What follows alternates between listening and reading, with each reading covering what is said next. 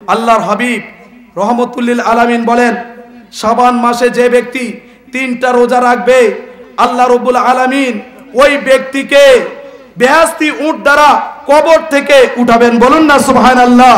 তাহলে আমাদের যেই সামনে শবে বরাত আসছে, আপনারা 3টা রোজা রাখবেন। এছাড়াও মা আয়েশা সিদ্দিকা রাদিয়াল্লাহু তাআলা আনহা বলেন, আল্লাহর হাবিবকে আমি অন্য কোন মাসে এত বেশি রোজা রাখতে দেখি নাই যত বেশি রোজা রেখেছে শবে বরাতে। বলুন না সুবহানাল্লাহ। এই শাবান মাসের মধ্যে সম্মানিত হাজরিন, এই জন্যই শবে বরাত লাইলাতুন নিসফি মিন শাবান, যেটা শাবান মাসের 15 তারিখ, সেটা আপনাদের কাছে সমাপিত। এই রাতে হাদিসে পাকের মধ্যে এসেছে, রাতের বেলা ইবাদত করবেন সারা রাত জেগে, আর দিনের বেলা রোজা রাখবেন। আর আল্লাহ যখন সূর্য অস্ত যায় তখন প্রথম আসমানে আসে, আসার পরে তার বান্দাকে বলে, ও বান্দারা, তোমাদের কে কি লাগবে আমি আল্লাহর কাছে চাও, আজকে আমি আল্লাহ তোমাকে সেটা পূরণ করে দিব। বলুন না সুবহানাল্লাহ। এমনি করে ফজর পর্যন্ত ডাকতে থাকে।